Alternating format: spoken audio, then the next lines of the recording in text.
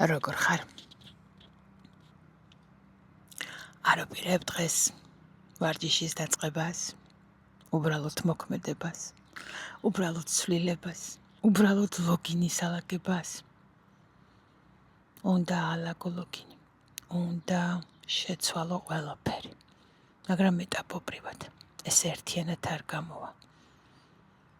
ძალიან კარგია, რომ ერთიანად გამოვიდეს ყველაფერი, მაგრამ სამწუხაროდ, როცა ამდენი წელიწადი